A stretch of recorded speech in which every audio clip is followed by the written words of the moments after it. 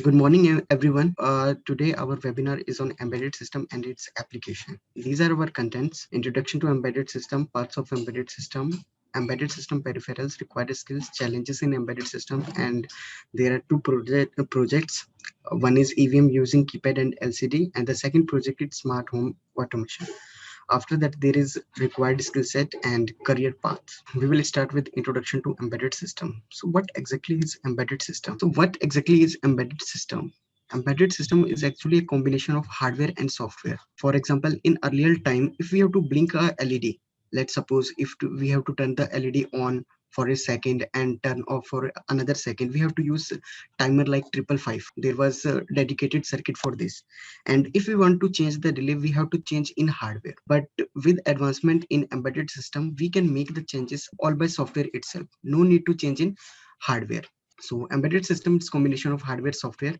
As you can see, there are lots of example like industrial robots, GPS receivers, digital cameras, DVD players, wireless routers, set-top boxes, MP3 players, micro ovens, gaming consoles, photocopiers. A very simple example of embedded system is temperature controlled fan, vending machine, or smartwatch. Let us consider embedded system in temperature controlled fan. In this particular application, we have to interface a temperature sensor with our microcontroller. Let's say we are using a temperature sensor that is LM35. It's an analog temperature sensor by which we can continuously monitor the surrounding temperature.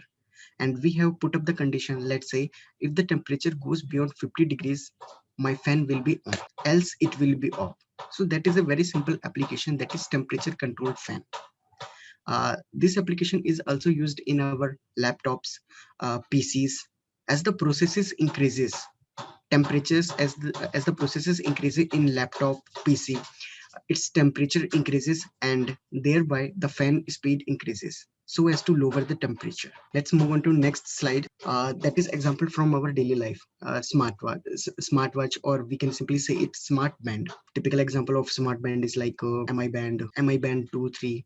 So in this we are using battery charging circuit. There is a MCU, and MCU has built-in BLE. BLE are, we have classic BT, and other is BLE. BLE means Bluetooth Low Energy. So that consumes a low amount of energy, which helps in extending the life of battery. And there is pulse and SpO2 sensor that is connected via I2C. I2C is a communication protocol. So in this smart band, a battery charging circuit, it depends on the manufacturer whether the battery charging circuit is normal or it supports quick charging. And it communicates with our mobile phone application to sync the data like pulse and SpO2. Let's move on to the next slide. Embedded system basic building block. So if we are talking about basic building block of embedded system, it consists of RAM and ROM, that is integrated RAM and ROM inside it. So there are GPIO pins, that is also GPIO pins known as peripherals, and inside the microcontroller we have RAM and ROM. On ROM, our program is written, and RAM is used for using the variables. Like there are a lot of variables. Let's say int, char. These are all data types that is used in RAM. And overall our program that is converted into hex or binary, it is stored in flash memory, that is ROM. A typical example of RAM ROM, if we are talking about, like let's say Atmega 328, it has a ROM capacity of 32 KB and it has RAM of 2 KB. So there are input and output interfaces. At input side we have some digital sensor, or there may be analog sensor. At output side we have devices like motors, relays, LEDs, LCDs, 7-segment displays, etc. All our logic is written in microcontroller itself. So this was about basic building block of embedded systems. Now this is block diagram of microcontroller. This is typical block diagram of 8051 architecture. As you can see, there is CPU and a oscillator is connected to it. And why do we need a oscillator in case of microcontroller? As we know, a digital device, it works on pulses, and our and oscillator provides that pulses. A typical oscillator that is used with 8051 is 11.059 megahertz. And as you can see, there are bus controls, there are IO ports. IO ports means input output ports. So there are 4 ports in case of if you're talking about 8051s, and each port comprises of 8 pins. So overall we have 32 GPIO pins. And there is serial port. Serial port, it is used for communicating serial devices like GPS, GSM, Bluetooth, etc. And then after we have timer and counter. Timer enhance, it is used for producing delay, and it is used for using sampling time in case of analog to digital converter. And there we have a 128 byte RAM, 4 kilobyte ROM. Remember, 8051 is an architecture, it's not a manufacturer. There are different vendors that work on this architecture. Example is Atmel, NXP, and so on. So parts of embedded system, it contains both hardware as well as software. Software means firmware. Talking about hardware, microcontroller is the heart of the hardware circuitry. For example, hardware circuitry, it may constitute of many other things, like if we are talking about passive components, there may be capacitor, resistors, there may be sensors, there may be relays, motor, etc. And microcontroller has built-in RAM, ROM, GPIO pins, and peripherals like SPI, I2C, UART. So these three are communication protocols: SPI, I2C, and UART. For example, for SPI, we can use memory chips like WinBond. I2C, some sensor interfaces via I2C like RTC chip, that is DS1307. UART, UART stands for Universal Synchronous Asynchronous Receiver Transmitter. So example of UART supporting devices are GPS receivers, GSM modules, Bluetooth modules. SPI stands for Serial Peripheral Interface. I2C interface for stands for Inter-Integrated Circuitry. ADC, it stands for Analog to Digital Converter. Like in earlier times, we have lots of sensor that was analog in nature, and to interface it controller, we need ADC, that is analog to converter. And the important parameters that is associated with ADC is resolution. Higher is the resolution, higher is the accuracy. For example, a typical resolution of ADC is 10 bit, that is used in most of the controller, that is 10 bit ADC. Timers, to generate delay and to provide sampling time. For example, if we want to poll a sensor for after every let's say 250 millisecond, then we have to use a timer, so that the sampling time will be 250 millisecond. PWM is pulse width modulation. If you want to simply increase or decrease the intensity of LED, or increase or decrease the speed of motor, we can use PWM. We can simply say that by using a potentiometer we can also do that. Let's say increasing or decreasing the intensity of light, that can be done by potentiometer. Now what is the advantage of PWM? In case of potentiometer, what happens is, if we are reducing the voltage, if we are decreasing the intensity of LED, the thing is that LED intensity is decreased, but a lot amount of electricity is wasted in the form of heat. But in case of PWM, these things does not happen. For example, if we are using 50% duty cycle, means electric consumption is 50% only. DAC, that is digital to analog converter, so that is used in case of inverters. We can flash firmware on microcontroller using IDE and compilers and flashing utilities. So IDE, it stands for Integrated Development Environment. Different controllers, different microcontrollers have different IDE. For example, a controller, Atmel controllers have IDE like AVR Studio, Atmel Studio. Big microcontrollers have IDE like MP Lab IDE. And in case of ST, we can go for STM Cube Programmer. And compiler simply converts the our .c into .hex, that is converting the source code into binary file. And binary, it may be .hex or .bin format. So finally, hex bin file can be transferred to microcontroller using programmer and application software. So after the final hex file is built, we can simply transfer it to microcontroller using a hardware programmer.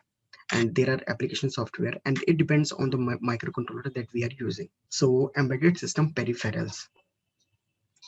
The most important part is GPIO programming. It's simply input or output. Input means taking the input from sensor or switches, output to drive the output. Output may be LED, LCD, 7-segment motors, stepper motor, DC geared motor, etc. So one of the key point of any embedded product, it's its number of GPIO pins. It should be optimum. So in case of future need, we can extend. Let's say if we have GPIO only, let's say if we have only 10 GPIO pins, and if our future needs require 15 GPIO pins, then our application is waste. we have to upgrade the microcontroller, we have to change the part number. So we have to select microcontroller according to such that there is sufficient number of GPIO pins. After that, there is timer and counter. So timer, it is providing the delay and to create sampling time for sensors. Counters, it counts the number of pulses. If any machine is generating a pulse, we can count the number of pulses using counters. EDC is analog to digital converter. Many of the sensors are analog in nature. Example, temperature sensor like LM35, RTD, these are analog in nature. So communication protocols, these are very important. USART, SPI, I2C. If you're talking about USART, it stands for Universal Synchronous Universal Synchronous Asynchronous Receiver Transmitter. And if you're talking about USART, there is clock sharing, and there is another thing that is UART, that is Universal Asynchronous Receiver Transmitter. So most of the time we use UART communication protocol, not USART. And not sharing the clock between transmitter receiver. So most of the time we use UART. SPI, it stands for Serial Peripheral Interface. TWI, it stands for two-wire interface. Users typically uses three wires, receiver, transmitter, and ground. SPI, it typically uses 4 to 5 wires. MISO, that is master in, slave out. MOSI, master out, slave in. SS, slave select, to selecting the slave, that is SS, and ground. Ground must be common between transmitter receiver. TWI, it just requires 2 wires, that is SDA and SCL, serial data and serial clock. So master provides the clock to the slave, and data is transferred to and fro from the master and slave. So 2WI, it just requires 2 wires. So PWM, it's pulse width modulation, and a microcontroller has like 8-bit PWM, means 8-bit. What is the maximum value of 8-bit? 255. 255 means the output voltage is 5 volt if our microcontroller is working on 5 volt. And if we are reducing the duty cycle to 50%, that means our output voltage will be 2.5 volt. Hardware interrupts. Now there are two mechanisms to detect the input. One is by polling.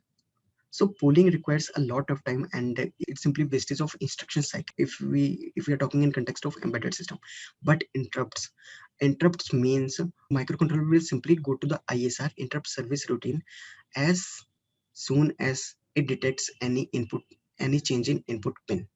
So hardware interrupts, it's a far better efficient as compared to polling. Hardware interfacing, LED, LCD, motor, sensor, GSM, GPS, BT module. LED interfacing, it can be simply done by using GPIO ports or GPIO pins. LCD, it again depends which LCD we are using. The most common example of LCD is 16 by 2. It requires 8 data pins, and there are three control pins: RS, RW, and enable. Register, select, read write pin, and enable. So by using these 11 pins, we can communicate this 16 by 2 LCD. Motors, again, it depends on the type of motor, whether it is DC geared motor, stepper motor, or servo motor. So there are pins required. And motors, it requires a driver, because microcontroller cannot provide sufficient amount of current to drive the motor. So the logic is like this: microcontroller will provide the logic signal to some driver, and this driver will drive the motor, because motor consumes a lot amount of current. Sensors, so sensors, it depends whether it is analog or digital. If it is analog, there mm, uh, we might require signal conditioning, or if it does not require signal conditioning, we can directly feed this signal to the ADC. And if we are talking about digital sensors, so digital means 1 0, and in digital there are sensors that supports communication protocol like SPI, I2C. So we have to select sensor according to our communication protocols, and we have to read the datasheet to interface it properly. All the relevant information, its current consumptions, pinouts, and all the important details are provided in the datasheets that is provided by the manufacturer. GSM. GSM is used for sending, receiving message, for connecting to internet. So it will require a SIM. GSM, it can be of 2G, 3G, 4G, or LTE modules. GPS. So GPS is basically a receiver. It does not require any kind of network. It receives the data from satellite directly. But the thing is that it should be in open environment, so that GPS must be locked or fixed, so that we can get accurate data from satellites. BT module. BT module is Bluetooth module, so that is used for communication, for communication between mobile phones and our embedded device. So we can simply pass our sensors data to microcontroller. To and fro communication is there. A simple example of BT module is HC05, and a simple example of GSM module is SIM 800 by Simco. And example of GPS module is Neo 6M. So what are the required skills to be an embedded engineer? Hardware debugging skills. So if you're talking about hardware debugging skills, that means we need to know how to use multimeter, CRO. CRO is a cathode ray oscilloscope and logic analyzer. CRO is used, for example, if I have to analyze analog signals, whether there is distortion or not, I must know how to use CRO. There are multi channels, like there are dual channel CRO. At a time, I can check two types of signals. And the logic analyzer. Logic analyzer is used to check the communication protocols, like if there is any garbage, if there is some mistake from my side. So that can be analyzed by using logic analyzer. So these are debugging tools at hardware sides, and the person can understand semantics. Semantics important, for example, how signal conditioning is done and what are the potential dividers, voltage divider is used. So all this can be understood by semantics. What kind of a voltage regulator is there and what are the test points. These things can be easily understood by semantics. In depth of language, because that is the backbone. In embedded systems, C language is the backbone. In higher applications, C++ language is also used, and after that, programming debugging skills using watches and breakpoints. So these are very common thing in IDE, integrated development environment, like watches and breakpoints. Breakpoints, compiler will simply pass through various breakpoints. If we had used the breakpoints, watches to analyze the live variable. After this, there is optimizing the code as per requirement, as microcontroller having limited RAM room. For example, if I have to use a data where the maximum value can be 255, then I have to use unsigned char. Why should I use float for that purpose? That is wastage of memory. Peripheral interfacing, sensors interfacing. Peripherals means like LED interfacing, sensor interfacing. There there might be requirement of signal conditioning or any or addition of any other passive devices like resistor, capacitors, and communication protocols. So that is very much important. Communication protocols, USART, SPI, I2C, CAN. So CAN is used for analyzing our signals from vehicles by using CAN protocol. Like by using CAN protocols, there are various CAN protocols, or there is a device OBD2, by which we can analyze important vehicle parameters like RPM, odometer. This thing can be measured by OBD. That is, OBD stands for onboard diagnostics. Challenges of embedded systems. While we have to design an embedded system product, we these are the challenges that is faced by the manufacturer or the person. Cost. The cost should be less as market is very competitive. For example, there are lots of microcontrollers. We have to choose the microcontroller that should be cost effective. Bill of material should be minimized. Physical size should be smaller. As you all know, there are two kinds of broadly there are two kinds of electronic components. One is TH, that is through hole, and other is SMD. SMD stands for surface mount device. So SMD, it's very smaller in size as compared to through hole components. Power consumption, it should be optimized in order to enhance battery life, reducing power consumption. For example, power consumption, it should be optimized. So there, in our software algorithm, there must be the provision of sleep so that power consumption is minimized.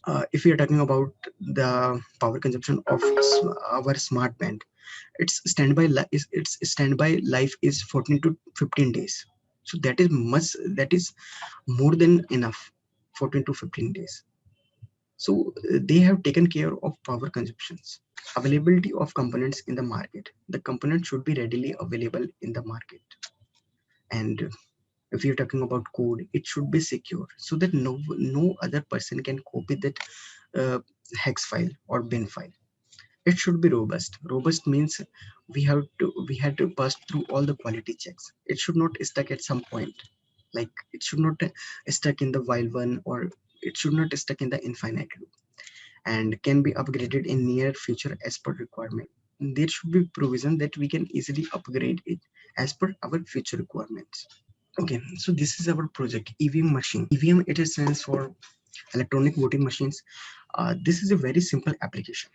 Like as you all can see, there is microcontroller, and we had interfaced input that is 4 by 4 keypad, and there is our output 16 by 2 LCD. So this 4 by 4 keypad can be interfaced using 8 pins.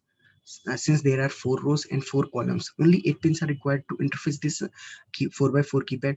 So input side we require 8 pins, and output side there is our 16 by 2 LCD. So LCD will require 8 data pins plus 3 command lines. So overall we require 8 plus 8 plus 3. So the total number of required pins are 16 plus 3, 19 pins.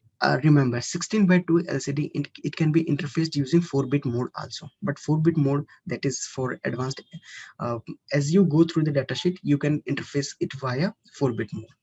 So as we are a beginner, we will focus on 8-bit mode only. So the total number of pin requirement is, at input side 8 pins are there, and output side there are 8 plus 3 pins are there. So overall there are 11 plus 8, 19 pins are there. So we can choose any microcontroller that provides more than 19 GPIO pins. This 4 by 4 keypad, we will simply make a array for it. For example, we have to first scan the row and then scan the column to exactly check which button is pressed. For example, if we had dedicated a single button to a particular candidate and other button to another candidate, so we will map it in the software itself. And our logic will be this: if a particular button is pressed again and again, that person counter will be increased. And there is another button, that means that is for result button. So that will check the counter of all the candidates, and it will compare which one has the higher. The person that have the higher votes, she shall be the winner. In case of tie, we can simply print tie, or we can simply use algorithm like date of birth or any other to declare the winner. So this was about project 1, and now we will proceed towards project 2. Remember, in this project we are using generic word microcontroller, because there are number of vendors are there. Like there is Atmel, Microchip is there, Novoton is there, ST microcontrollers is there. So that's why we are using a generic term, that is microcontroller. Now our second project is smart home automation. In smart home automation, what we are using is BT module and 4 channel relay module. So this BT module is HC05. It communicates via UART to the microcontroller. But first of all, we have to pair this BT device to our mobile phone or any other devices like computer. Once pairing is done, then we can pass the information to this BT module from our computer or mobile. Once the information is passed to this BT device will pass the information to the microcontroller, and at microcontroller there is logic. So for example, if button 1 is pressed, it will simply turn on the output 1. If button 2 is pressed, it will turn on the output 2. If button 3 is pressed, it will turn on the output 3. If button 4 is pressed, we are simply passing the numbers, not like we are not pressing the button, we are simply passing the number via some application, via some Android application. If button 4 is pressed, output number 4 will be high, and correspondingly, if we will pass the integer 5, output 1 will be turned off. If we will pass the integer 6, output 2 will be turned off, and so on. And we can dedicate 2 buttons to make the to switch all the output on, and one switch to turn off all the outputs at the same time. So it depends on the logics. Simple as that. Now, what is the using advantage of using this relay module? By using this 4 channel relay module, we can connect 4 different outputs in of our home. Like one relay can be connected to fan, one relay can be connected to LED, one relay can be connected to TV, one relay connected to the mobile chargers. So by using this relay module, we can simply turn on the AC device. Remember, microcontrollers works on DC, not on AC. But by using this relay module, we can turn on AC or DC device. Depends on what kind of voltage is applying to its common terminal. So relay is a 5-terminal device. It's a switching device. It's a 5-terminal device, and it simply consists of a solenoid or a coil. As the voltage which passes through it, common terminal gets connected to NO. By default, common terminal is connected to NC, that is normally closed. As we provide the excitation voltage to the coil, the common terminal gets connected to NO, and our relay makes a sound. You might have heard a sound from UPS or inverter in case power is gone. So that is the sound of relay. So if you're talking about relay, there are some specification like 240 volt, 6 ampere, means it can handle 6 ampere current only.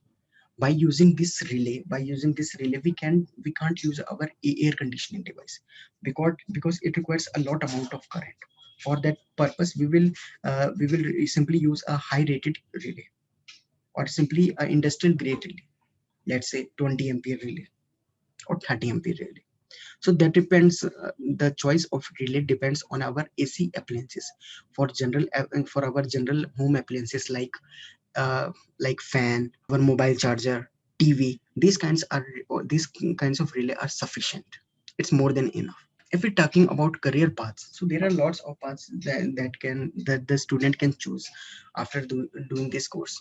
So the first one is firmware engineer. Firmware engineer means to take care of the product software life cycle, software development life cycle. Like in future, there might be some development at software side. So embedded system engineers. So these names are similar, but according to the company or manufacturing industries, there are slight changes in the role.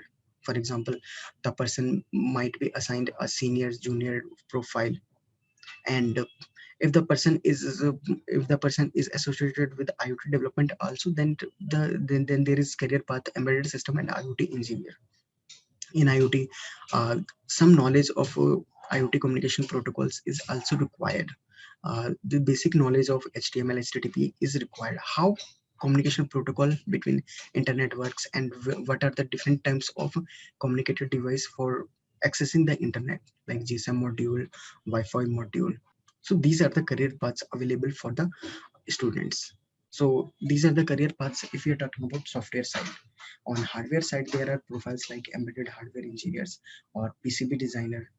The student can design the PCB, or embedded hardware engineer, in which the person has to design the PCB and has to take care of all the circuitry. And the circuit should be robust. There should be provision of, and he she should take care of power consumption, so that optimum power consumption is required, so that there is no wastage of electrical energy. And embedded systems is vast opportunity if we are talking about embedded systems. For example, we can see in our day-to-day life, there are smart bands, there are smart watches, there are oximeter, there are in time of COVID-19, there are requirement of contactless thermometer. And there are lot more application. And again, it depends on the market. As we are a developing country, we are going through development. So in future there will be more requirement for these things. But remember that remember security is the fundamental of embedded system. Like in IoT, in general IoT, or in general application, security is of prime concern.